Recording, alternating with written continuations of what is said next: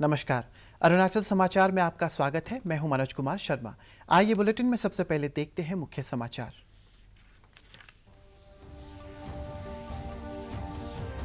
उच्चतम न्यायालय ने विश्वविद्यालय की अंतिम वर्ष की परीक्षा 30 सितंबर तक कराने के बारे में विश्वविद्यालय अनुदान आयोग के निर्णय को बरकरार रखा। कहा, अगर राज्य किसी तरह की छूट चाहे तो उन्हें यूजीसी से लेनी होगी अनुमति।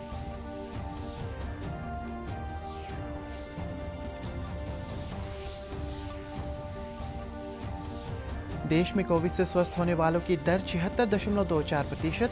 राज्य में कोविड संक्रमण के आए 78 नए मामले। प्रदेश में कोविड संक्रमण के सक्रिय मामलों की संख्या 1000 के पार हुई।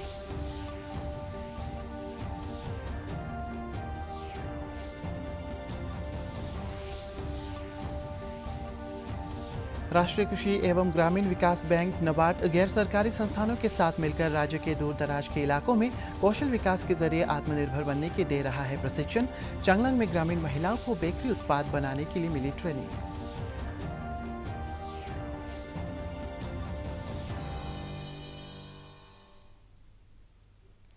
उच्चतम न्यायालय ने विश्वविद्यालयों की अंतिम वर्ष की परीक्षा 30 सितंबर तक कराने के बारे में विश्वविद्यालय अनुदान आयोग के 6 जुलाई के सर्कुलर को बरकरार रखा है। शीर्ष न्यायालय ने कोविड-19 महामारी के बीच विश्वविद्यालयों और महाविद्यालयों को अंतिम वर्ष की परीक्षा कराने का आदेश देने के अनुदान आयोग के फैसले को चुनौती देने वाली याचिकाओं पर सुनवाई करते हुए फैसला किया है। न्यायालय ने कहा है कि राज्य आपदा प्रबंधन अधिनियम के तहत अंतिम वर्ष की परीक्षा स्थगित कर सकते हैं, लेकिन नई तिथियों के बारे में फैसला विश्वविद्यालय अनुदान आयोग के साथ विचार विमर्श से ही करना होगा। राज्य को आयोग के दिशा निर्देशों के अनुसार ही ये परीक्षाएं करानी होंगी और इसमें किसी भी प्रकार की छूट के लिए अनुमति लेनी होगी। केंद्रीय सूचना और प्रसारण मंत्री प्रकाश जावड़ेकर ने अंतिम वर्ष की परीक्षाएं करवाने के बारे में उच्चतम न्यायालय के फैसले का स्वागत किया है। एक ट्वीट संदेश में श्री जावड़ेकर ने कहा है कि इससे विद्यार्थियों को मेरिट के आधार पर उच्च शिक्षा संस्थानों से प्रवेश परीक्षा पास करने में मदद मिलेगी। उन्होंने आशा व्यक्त की कि अब इसके मुद्दे को लेकर अनावश्यक विवाद खत्म हो जाएंगे। केंद्र सरकार के प्रमुख कार्यालय प्रधानमंत्री जन धन योजना में आज 6 वर्ष पूरे हो रहे हैं। देश के सभी लोगों को बैंकिंग सुविधाओं से जोड़ने के लिए 28 अगस्त 2014 को ये योजना लागू की गई थी। योजना का शुभारंभ करते हुए प्रधानमंत्री ने इस अवसर को देश के गरीब लोगों को निर्धनता के दुष्चक्र से निकालने का महत्वपूर्ण कदम बताया था। इस योजना के अंतर्गत अब तक 40 करोड़ 35 लाख बैंक खाते खोले गए और इन खातों में 1,31,000 करोड़ रुपए जमा किए गए हैं। प्रधानमंत्री जन धन योजना के लगभग 8 करोड़ खाता धारकों को विभिन्न सरकारी योजना के अंतर्गत प्रत्यक्ष लाभ अंतरण प्राप्त हो रहा है। योजना की 6ठी वर्षगांठ पर वित्त मंत्री निर्मला सीतारमण ने कहा है कि प्रधानमंत्री जन धन योजना मोदी सरकार के जन केंद्रित आर्थिक पहलुओं की आधारशिला है। प्रधानमंत्री नरेंद्र मोदी ने कहा है कि प्रधानमंत्री जन धन योजना की पहल से एक बड़ा बदलाव आया है और ये गरीबी उन्मूलन के लिए एक आधार है। श्री मोदी ने ट्वीट कर कहा है कि इससे लाभान्वित होने वालों में अधिकतर संख्या ग्रामीणों और महिलाओं की है। श्री मोदी ने इस योजना को सफल बनाने के लिए अथक प्रयास करने वालों की भी सराहना की। केंद्रीय सूचना और प्रसारण मंत्री प्रकाश जावड़ेकर ने जन धन योजना की 6ठी वर्षगांठ के अवसर पर कहा है कि इस योजना के अंतर्गत बैंक खाता धारकों की 63% संख्या उन लोगों की है जो ग्रामीण परिवेश से आते हैं। एक ट्वीट संदेश में श्री जावड़ेकर ने कहा है कि इस योजना के शुरू होने से लेकर अब तक 40 करोड़ से भी अधिक बैंक खाते खोले गए हैं। मुख्यमंत्री पेमा खांडू ने कल राज्य विधानसभा के एक दिन के सत्र के दौरान Arunachal Pradesh civil service cadre को व्यवस्थित करने और उसमें सुधार लाने के लिए हुई एक संक्षिप्त चर्चा का जवाब देते हुए कहा कि राज्य सरकार असम सिविल सर्विस की तर्ज पर राज्य के सिविल सर्विस अधिकारियों को और अधिक अधिकार संपन्न बनाने और उन्हें पदोन्नति के उचित अवसर देने के पक्षधर हैं। चर्चा की शुरुआत करते हुए सदस्य हायांग मांगफी ने राज्य सिविल सेवा अधिकारियों के कैरियर के पदोन्नति के अवसर सुनिश्चित करने का पक्ष लेते हुए कहा था कि इससे राज्य के प्रशासनिक संचालन और बेहतर बनाने की मदद मिलेगी। चर्चा में भाग लेते हुए विधायक केंतो जीनी और निन्नोंग इरिंग ने भी कहा कि एपीसीएस कैडर नियमों में बदलाव लाए जाने की आवश्यकता है। मुख्यमंत्री ने चर्चा का जवाब देते हुए कहा कि राज्य सरकार बहुत जल्द ही इस बारे में एक विशेषज्ञ कमेटी का गठन करेगी जो अरुणाचल प्रदेश सिविल सर्विस अधिकारियों की मांगों को पूरी करने के साथ साथ अधिकारियों के कैरियर प्रमोशन और सेवा को विस्तृत बनाने के लिए ज़रूरी उपाय करेगी। मुख्यमंत्री ने कहा कि राज्य सरकार जल्द ही 22 जिलों में आईएएस अधिकारियों के पदों को कैडर से अलग करने के लिए प्रस्ताव करेगी। को हम लोग ध्यान देते हुए पिछले 4 साल में बहुत रिफॉर्म्स हम लोग ने लेके आया। अभी मुचू साहब ने ठीक ही बोला है कि ऑनरेबल प्राइम मिनिस्टर का भी यही लक्ष्य है कि आप रिफॉर्म करेंगे तो आप परफॉर्म कर पाएगा, इसका बाद ट्रांसफॉर्म भी होगा। तो पिछले 4 सालों में हम लोग ने बहुत सारा सेक्टर्स में हम लोग ने रिफॉर्म लेके आने का कोशिश किया है और भी हम लोग को बहुत रिफॉर्म्स लेके आना है। तो इस तरह का स्टेग्नेशन जो है एपीसीएस में इनिशियली काफ़ी समय में था, तो बाद में आपका जो एसोसिएशन का माध्यम से डॉक्टर साहब ने जो कहा कि सरकार के पास में आके ग्रीवेंस पोस्ट करना शुरू किया, अकॉर्डिंगली जिस दिन जो सरकार था उसने एक कमेटी का गठन किया था, बागरा कमेटी का। तो बागरा कमेटी का भी काफ़ी सारा पॉइंट्स रिकमेंडेशंस गवर्नमेंट को दिया था। तो देने के बाद भी इसमें भी कुछ अभी थोड़ा सा अभी चेंजेस वगैरह कुछ करना होगा। और हमारा जो जितने भी जो डिस्ट्रिक्ट्स है 22 डिस्ट्रिक्ट्स में पूरा आईएएस कैडर पोस्ट है, ये आईएएस का 22 डिस्ट्रिक्ट्स में।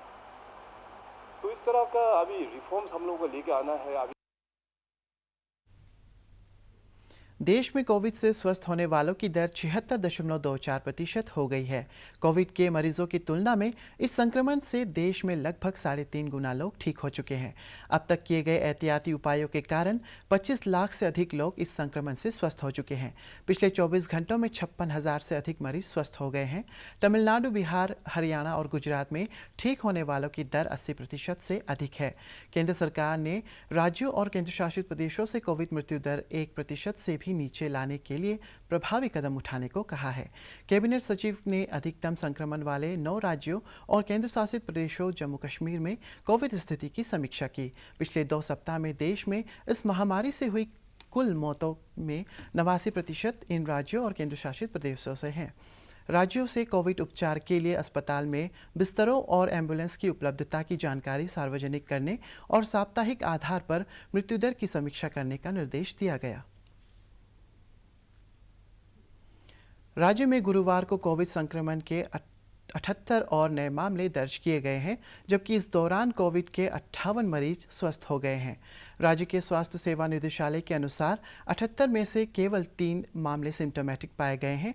इनमें से सबसे ज़्यादा 15 मामले वेस्ट कामेंग जिले से, ईटानगर राजधानी क्षेत्र और अपर सियांग से 14 मामले दर्ज किए गए हैं, जबकि 8 मामले पापुमपारे जिले से, तिरप से 5 और चांगलांग से कोविड संक्रमण के 4 नए मामले सामने आए हैं। राज्य में कोविड संक्रमण के सक्रिय मामलों की संख्या बढ़कर 1007 हो गई है, जबकि अब तक 2400 से ज़्यादा मरीज कोविड से ठीक हो चुके हैं। प्रदेश में कोविड से स्वस्थ होने वालों की दर 72% से ज़्यादा हो गई है। राज्य में कोविड-19 की जांच के लिए अब तक 55,000 से ज़्यादा लोगों के सैंपल लिए जा चुके हैं। प्रधानमंत्री के आत्मनिर्भर भारत और वोकल फॉर लोकल के आह्वान के बाद राज्य के अनेक दूर दराज के इलाकों में भी सरकारी और गैर सरकारी संस्थानों द्वारा संयुक्त रूप से ऐसे कई कार्यक्रम चलाए जा रहे हैं, जिनमें प्रशिक्षण प्राप्त कर लेने न सिर्फ अपनी आजीविका के लिए कार्य कर रहे हैं, बल्कि वे दूसरों को भी सहारा दे रहे हैं। राष्ट्रीय कृषि एवं ग्रामीण विकास बैंक नबार्ड द्वारा बहुत छोटे उद्योगों के लिए बने विकास कार्यक्रम MEDP के जरिए इन दिनों चांगलांग में केक और अन्य बेकरी उत्पाद बनाने के कौशल का प्रशिक्षण दिया जा रहा है। इस कार्यक्रम को नाबार्ड के सहयोग से गैर सरकारी संस्थान अरुणाचल ऑर्फन केयर सोसाइटी द्वारा संचालित किया जा रहा है। संस्था की अध्यक्षता रीना लोंगड़ी ने बताया है कि इस कार्यक्रम में बड़ी संख्या में ग्रामीण महिलाएं भाग ले रही है। प्रशिक्षण के बाद ये महिलाएं आत्मनिर्भर होकर कार्य कर सकेंगी। वहीं नाबार्ड के जिला विकास प्रबंधक कमल राय ने कहा है कि इस प्रशिक्षण का मॉडल इस तरह से तैयार किया गया है कि वे ट्रेनिंग के बाद अपना कारोबार खुद शुरू कर सकेंगे।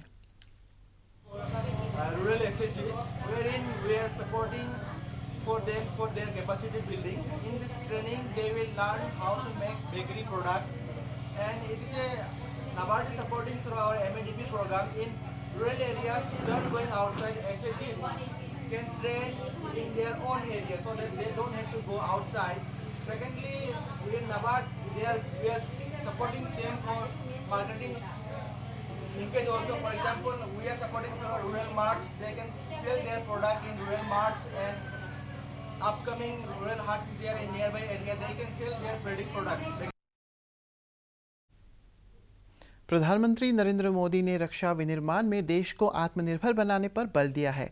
उन्होंने कहा है कि सरकार का उद्देश्य रक्षा उत्पादन बढ़ाना, नई प्रौद्योगिकी की विकास करना और रक्षा क्षेत्र में निजी क्षेत्र को महत्वपूर्ण भूमिका देना है। प्रधानमंत्री कल रक्षा विनिर्माण में आत्मनिर्भर भारत विषय पर एक संगोष्ठी की वीडियो कॉन्फ्रेंस के माध्यम से संबोधित कर रहे थे। प्रधानमंत्री ने कहा कि लक्ष्य एक सक्षम भारत का निर्माण करना है ताकि वैश्विक अर्थव्यवस्था अधिक सशक्त और अधिक स्थिर हो सके और विश्व शांति स्थापित हो सके। श्री मोदी ने कहा कि रक्षा विनिर्माण में आत्मनिर्भर के पीछे की ये सोच यही है। प्रधानमंत्री ने बुनियादी ढांचों के लिए की गई पहल के संबंध में कहा है कि उत्तर प्रदेश और तमिलनाडु राज्य सरकारों की मदद से 2 अत्याधुनिक रक्षा कॉरिडोर बनाए जा रहे हैं। उन्होंने कहा कि इस पर अगले 5 वर्षों में 20,000 करोड़ रुपए का निवेश किया जाएगा। इस अवसर पर रक्षा मंत्री राजनाथ सिंह ने कहा है कि सरकार ने कई ठोस नीतिगत सुधार किए हैं ताकि रक्षा विनिर्माण में आत्मनिर्भरता को बढ़ावा मिले। इसके लिए घरेलू निर्माताओं से खरीद के लिए 52,000 करोड़ रुपए का एक अलग बजट रखा गया है। जीएसटी क्षतिपूर्ति में अंतर की भरपाई के लिए राज्यों को उधारी के 2 विकल्प दिए गए हैं। केंद्रीय वित्त मंत्री निर्मला सीतारमण ने कल जीएसटी परिषद की 41वीं बैठक की अध्यक्षता करते हुए कहा कि राज्यों के सामने ये दोनों विकल्प रखे गए हैं ताकि उन्हें ऋण लेने के लिए परेशान न होना पड़े। सुश्री सीतारमण ने कहा है कि राज्य रिजर्व बैंक के परामर्श से इस वर्ष की जीएसटी क्षतिपूर्ति में 2,35,000 करोड़ रुपए के अंतर की भरपाई कर सकते हैं। उन्होंने कहा है कि राज्यों ने दोनों विकल्पों के ब्यौरे के लिए अनुरोध किया था और इस पर विचार विमर्श के लिए 7 कार्य दिवस का समय मांगा था। ये विकल्प केवल इस वर्ष के लिए होंगे। वित्त मंत्री ने कहा कि जीएसटी परिषद की सहमति से बकाया का शीघ्र भुगतान हो सकेगा और वित्त मंत्री वर्ष शेष अवधि पर भी ध्यान रखा जा सकेगा। उन्होंने कहा कि सरकार वित्तीय दायित्व और बजट प्रबंधन अधिनियम के अंतर्गत राज्यों की उधारी सीमा के 0.5% की छूट देगी। वित्त मंत्री ने बताया कि कमी की भरपाई के लिए कर दरें बढ़ाने का कोई प्रस्ताव नहीं है। कोविड-19 के कारण इस कमी का अंतर और बढ़ गया है। वित्त सचिव अजय भूषण पांडे ने बताया कि कोविड महामारी के कारण वस्तु और सेवा कर संग्रह पर भारी असर पड़ा है। Of both the options, where we will facilitate by talking with the Reserve Bank and ensuring that they get the bi-monthly compensation. This year it's already 2 bi-monthlies are delayed, but as soon as this arrangement is agreed upon by the council, we can proceed fast and clear these dues and also take care of the rest of this financial year. राज्य के पर्वतारोही तकातामुत और दिरांग स्थित पूर्वोत्तर संस्थान के प्रमुख को कल राष्ट्रपति Ramnath Kovind national adventure award प्रदान करेंगे। राष्ट्रपति भवन में आयोजित इस बार का समारोह वर्चुअल माध्यम से होगा और संबंधित खिलाड़ी और एडवेंचर स्पोर्ट्स से जुड़े अन्य पुरस्कार प्राप्तकर्ता अपने अपने राज्यों में वीडियो कॉन्फ्रेंस के जरिए पुरस्कार ग्रहण करेंगे। राज्य के पर्वतारोही तकातामुत भी उनमें से एक है जिन्हें पुरस्कार दिया जा रहा है। श्री तामुत ने कहा कि तापिमरा और अंशु जमसेंपा जैसे पर्वतारोहियों से उन्हें प्रेरणा मिली है।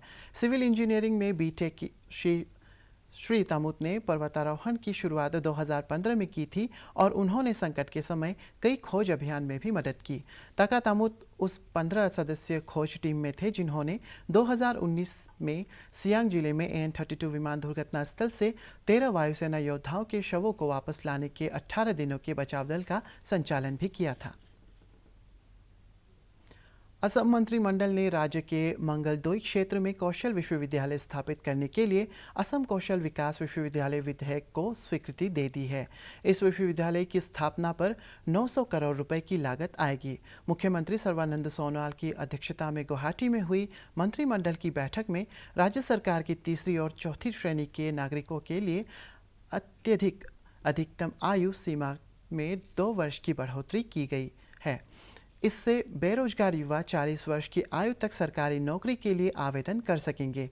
कामकाज के दौरान कोविड-19 संक्रमण के कारण जान गंवाने वाले पत्रकारों, होमगार्ड के जवानों और सभी अनियमित कर्मचारियों के लिए 50 लाख रुपए का बीमा देने का भी बैठक में मंजूरी दे दी गई है।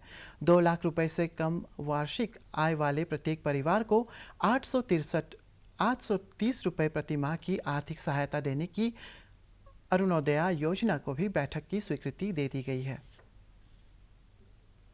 प्रधानमंत्री नरेंद्र मोदी इस रविवार को आकाशवाणी पर मन की बात कार्यक्रम में देश और विदेश में रह रहे लोगों से अपने विचार साझा करेंगे। ये मन की बात कार्यक्रम की 68वीं कड़ी होगी।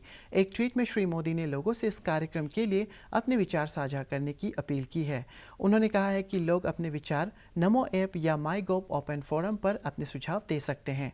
टोल फ्री नंबर 1800-117800 पर डायल कर संदेश रिकॉर्ड कर सकते हैं। प्रधानमंत्री सीधे सुझाव देने के लिए 1922 पर मिस्ड कॉल कर SMS के लिंक प्राप्त कर सकते हैं। अरुणाचल समाचार के आज के अंक में इतना ही। हम कल फिर हाजिर होंगे अरुणाचल और देश और दुनिया की खबरों के साथ। आप देखते रहिए अरुण प्रभा। नमस्कार।